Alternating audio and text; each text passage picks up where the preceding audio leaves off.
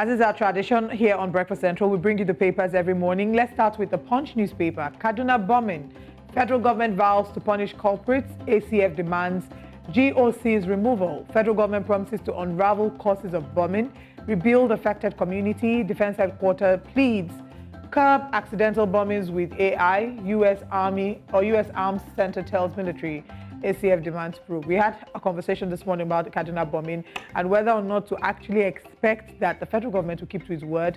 That is one, to investigate and then punish culprits. Who is the culprit is the question. The army is the culprit. So by the time they get, because it can't be someone on a lower cadre that would have given this order. It'd be someone at top leadership level that should have given the order. Will they be true enough to get to the root of it? And if they find out that it's someone at a leadership position, will they really punish the person? Will people be made to resign? I don't want to call names, but even if I take it back to this 2017 Rand bombing I talked about, the person who gave the order resigned a few years ago and it was celebrated. I don't think that anything became of it. Exactly. So at the end of the day, will anything really come out of it? I think that's the question that the army and the federal government actually needs to answer for us. And then if anything comes out of it, we also need to wonder if we're going to have transparency.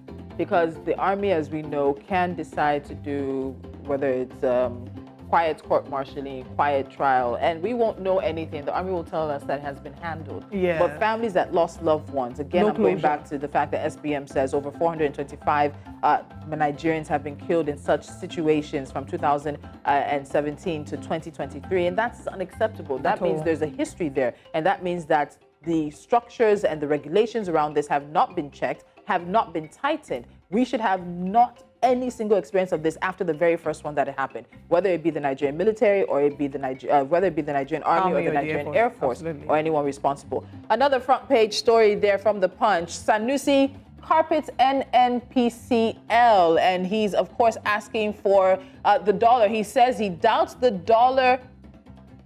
He doubts dollar remittance after subsidy removal. Olive, tell me to just get glasses. Just tell me to get glasses. But Sanusi Lamido Sanusi has never for once been very shy to ask Nigeria, whether it's the CBN at this point now, definitely the NNPCL.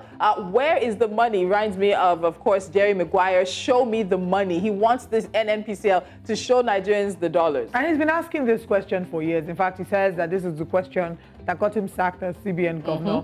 And he's asked this, I think it was about over 8 years ago, 9 years ago. He gave an example about how the NNPC had made about 60 billion and then remitted about 47 billion, and he was asking where's the remaining 20 billion. So he has been asking this question of where's the money and stating that we need, anyway, let's not get into it. It's one of our because we'll get into it. Exactly. Some foreign airlines may quit Nigeria, IATA wants federal government, and that's very expected. A number of airlines are still complaining about their trapped funds, not being able to access their trapped funds. And if we're going to be able to attract these people, because at the end of the day, not only are they meeting a need, they're also providing job opportunities for a number of Nigerians here. But you can't come to run your business here and not be able to pull out your money. And there's so much they're having to deal with. The cost of aviation fuel. The aviation sector is being hard hit right now. I had a conversation, with some of the players in the industry, and you could see that sense of, man, this year was a rough year for us. It was a tough year. So I also think in terms of this, it's not just the remittance issue now, because when you look at it, flight tickets have just gone up astronomically for the average Nigerian. And many will say it's not the average Nigerian who flies. For the average Nigerian that flies, people are now having to think twice about buying that ticket. They're now having to think, is this really a trip I need to take? Can I find a sponsor for this trip? So I think beyond the remittance, it's also the structure and the economic situation that's happening with Nigerian aviation. I had a situation and many others in the past few weeks where they're collapsing flights because flights are not full, and they don't want to waste just even a flight from Lagos to Abuja. They want to pack as many people so that they make use of one plane, one jet fueling, whatever it may be, so that they're not taking empty flights. And we've seen situations on social media where people are posting almost near empty planes because people are not buying tickets. So remittances are definitely an issue for foreign airlines, as well as the cost of the tickets, leading to a reduction in number of those buying. Exactly, people's buying capacity has dropped because inflation has economy is going for 1 point something, depending on the airline, around 1.3 million. That's an economy cost. I never would have imagined that the time will come when I would look at an economy ticket and see it over ₦1 million. And you like to travel, so this has happened to keep out of the country. Hopefully, we will find a way around it. We must find a way. Let's still look at the Punch newspaper this morning. On the front page of the Punch newspaper, one of the stories here we're seeing is, I won't surrender my mandate to intimidation. Fubara, that's of course the River State governor, but not unaware of the drama that's gone on between him and his predecessor, who's the current minister for the FCT, who is also facing his own battle. He's also facing his own battle. If you missed it, there were thousands of FCT indigents and residents who got to the streets earlier this week. We have that story on our YouTube and covered it extensively, who are demanding that Wike must be removed as FCT minister. So while he's facing the situation in the FCT, he's facing what he probably sees as a challenge to his political godfatherism or his political I don't want to say ownership. You don't own a state and you don't own, but at least the political structure he believes he put in place in River State. So he's facing challenges there. And Fubara is saying that he's the people's choice. He has been voted in. Yes, he acknowledges Wike as his godfather, as a mentor. But at this point, I'm governor. Let me govern. Absolutely. Okay, let's just take a few more stories and then we'll quickly move to the next paper. Tinubu Nupeng, others mourn as Kokori dies at 80. That's on page 27. NJC sacks Oshun George, dismisses Adeleke's petition against CJ. And final story. Okay, there are two more. NPA blames concession for $853 million, 1.8 billion naira revenue shortfall. And final story. Gunmen abduct 10 Nasarawa varsity students. It's how we now read these kind of stories as writers. Yeah. Abduct Nasarawa students. 10 students, just You've lost $1 billion from concession. Just like that. Who are you giving concessions to? What is the concessioning for? I like what we're hearing from a member of the National Assembly who's saying these companies need to pay their tax returns in a way to earn the concessions. The concessions and the tax waivers should not be given automatically from the beginning. Let them pay their revenue, let them pay their taxes rather, and sort that. And then the concessions can be given. Let's flip this situation we have so that we can block these leakages. I think we have to start doing things radically different. Absolutely. Anyway. All right. We're moving on to the Daily Trust now. I'm going to try again without my glasses on set today. Let's see what we have right now from the Daily Trust. Kaduna killings, not a mistake, says Gumi. And is Gumi the person that we want to hear certain things from? Now, Olive is going to help me with the writers to this story, unless both of us are joining in the glasses situation. Absolutely. Army attack against Air Force advice says, Army's attack against Air Force advice, says sources. Officers grumble over lack of synergy between services. We've learnt our lessons. Our operations remain joint, according to Defense Headquarters. I don't know if I like that headline. And final one, Tinubu vows to punish anyone found culpable.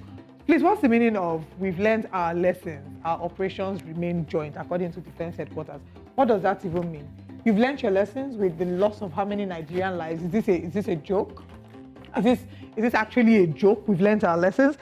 In fact, the speech of the vice president, there was something he said, and I quote, I'm just going to read it because I wrote it out and I was just like, nah.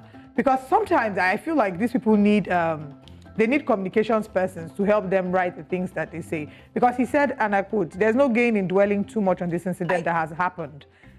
I am here because the president is deeply concerned. When I saw that first I'm here because the president is concerned. He was deeply touched by what happened. So first of all, there is no gain in dwelling too much on this incident. People are still, so the ones that are dead, unfortunately, are dead. People are still in the hospital. You're saying that, we need to move on. Yeah. Then I'm here because the president is deeply concerned. Then the president should be there. Why? So that's one question I asked. Some people were like, why, and Osage did ask this question, why did the president not come in earlier, as soon as this happened? Shut down your activities in COP28. It's not that important at this point. People are dying. And come back. Mm-hmm. Why have we gotten so comfortable, with condolences? Exactly. We heard reports that Sameh Suluhu Hassan cut down hers because of the flooding in the Tanzania north. Why did you not cut down your trip? William Ruto also did something like that earlier this year. Exactly. It's one thing for you to say, I have the interest of the people at heart. For your actions and your body language, we cannot underestimate the importance of body language. We saw that there was a lack of it in the last administration, and we need to see more of it in this administration. I think it's also that Nigerian leaders get to a point where there's a disconnect with the empathy that they owe the average Nigerian. Absolutely, I think that's an absolute disconnect with and maybe it's an echo chamber. Maybe it's because it's the quarters of power that sort of change, or I'll use the word warp people's thinking and understanding, and gives them this disconnect. But the average Nigerian, many Nigerians are currently struggling. And hearing a statement from the number 2 citizen that there's nothing there's nothing to be gained by dwelling on these incidents. I think that's highly insensitive. And it's something that we need to have our leaders work on. But Gumi is saying that the Kaduna killings were not a mistake. This is yet again going to throw this whole situation into another round of conversations, because if it's not a mistake, that means it's intentional. So if he's claiming the intentionality, there need to now be questions about intentional how, and what evidence does he have? What facts or information does he have to back those statements? I also think it's very we need to be careful with statements like this from individuals like this as well, because we know how the tensions are. Another headline from the Daily Trust now: more than 80% of Gaza's population has been displaced. As much as the Israeli army has told them to move south, they move south, and then you bomb them in the south as well. And this is an ongoing situation. We know that over 70,000 Palestinian residents have been killed, mainly women and children. It's gotten to the point that I can't even look at the videos anymore on social media there. Daily Trust, what else do we have at the top? All right, at the top we have excitement as $20 billion Dangote refinery receives crude oil. Uhuru. Is it Uhuru? I don't even know at this point. I don't know if we're as excited, to be honest, because we've had a lot of promises with this Dangote refinery, with the oil sector. There's a lot of promise that has not been kept. They said the Rivers refinery will be running by December. I don't know if that's still... You're still in December. You still have a few days in December. That's true. Okay. Gunman kidnapped Nasarawa varsity students. Civil defense here to produce Media Trust radio tower. Okay. Anyway, away from that, I think there's a story at the bottom of the paper. ASU kicks against the inclusion of TET fund in annual budget. TET fund. TET fund, yes, thanks. Shiroro hydroelectric power dam under threat by bandits GM. PDP backtracks from coalition with NNPP and SDP and others. Do you ever see that this coalition would actually take place? On the one hand, there's this thing about how they need to come together to be able to oppose the All Progressives Congress, which is the leading party. So do you ever think that these politicians will be able to maybe put aside their individual interests and collectively come together with the goal of subduing the party in power? So is it about subduing the party in power or about the best interest of Nigerians? Because at the end of the day, that's what it's looked like now. Because it doesn't look like this is about the best interest of Nigerians or providing a viable opposition, or at least even to some extent some form of shadow government that is effective in bringing about alternatives or highlighting how things could have been done better. This looks like an attempt to grab power, continue the cycle that we have already in place and in ground. So this looks like strange bedfellows who have a common enemy and who've said that we want to displace the enemy. But once you displace the enemy, my friend. But until I then get into power, then we all are back to being enemies. Well, if the stars align, never say never. Politicians, it was, I think, former President Olusegun Obasanjo who reminded us that there are no permanent enemies, no permanent friends. There's only permanent interests. Absolutely. Let's look at one more paper this morning, the Leadership newspaper. On the front page of the Leadership newspaper this morning, big story says government let's see. Oh, this is Leadership on Friday. Kaduna drone killing, officers found guilty will be punished, according to Tinubu. And then we also have Sanusi demands NNPCL audit, says president shouldn't be petroleum minister, which is quite interesting because as much as President Tinubu has announced his ministers, there's been silence about who the substantive minister of petroleum resources would be. There also hasn't been an announcement that he himself is taking that. There's just been a bit of silence in regards to that. And we've seen that happen. It happened under President Muhammadu Buhari. I believe also happened under President Olusegun Obasanjo at one point in time. But it's something that shouldn't be. Yes, it's possibly a loophole and a lacuna that allows it, but that shouldn't be. There are ministerial positions and portfolios for a reason. Already as the president of the country, you face a lot of pressure, a lot of things on your table. Adding the pressure and the issues around petroleum resources and oil and gas sector in Nigeria and the need for this industry to, of course, increase the barrels per day quota. OPEC has for the past year or more, we have failed to meet our OPEC quota. That's something that needs to be handed over to somebody who can address it on a day-to-day basis. Crude oil theft, of course, number of issues around that, and now asking for audits. Is it the president that's going to deal with the auditing of the NNPCL? And then when you want to even investigate into the NNPC with the president as the head of the ministry, how far can you really Who are you delivering the report exactly to? Because at the end of the day, what then happens is just like with the immunity clause that protects them from being taken to court from prosecution, right? So that's exactly what happens. So many Nigerians will agree that the president should not take upon himself the role of being the Minister of Petroleum. And the argument for the unbundling of the NNPC. But is it not interesting that it's only ever been the Petroleum Ministry you've ever seen the presidents being interested in being minister of?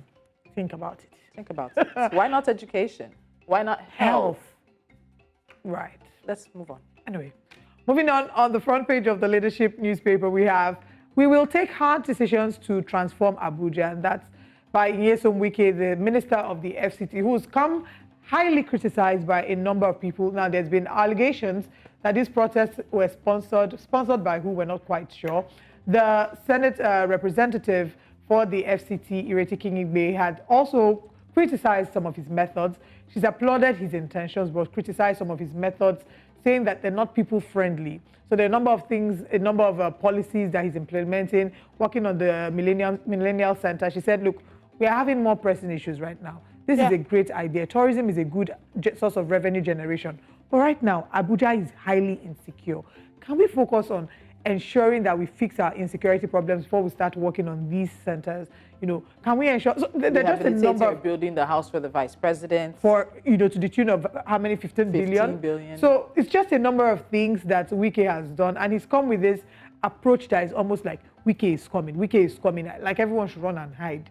And it just gives off leadership. Some would argue that it gives off leadership that is lacking of empathy, pulling down these structures.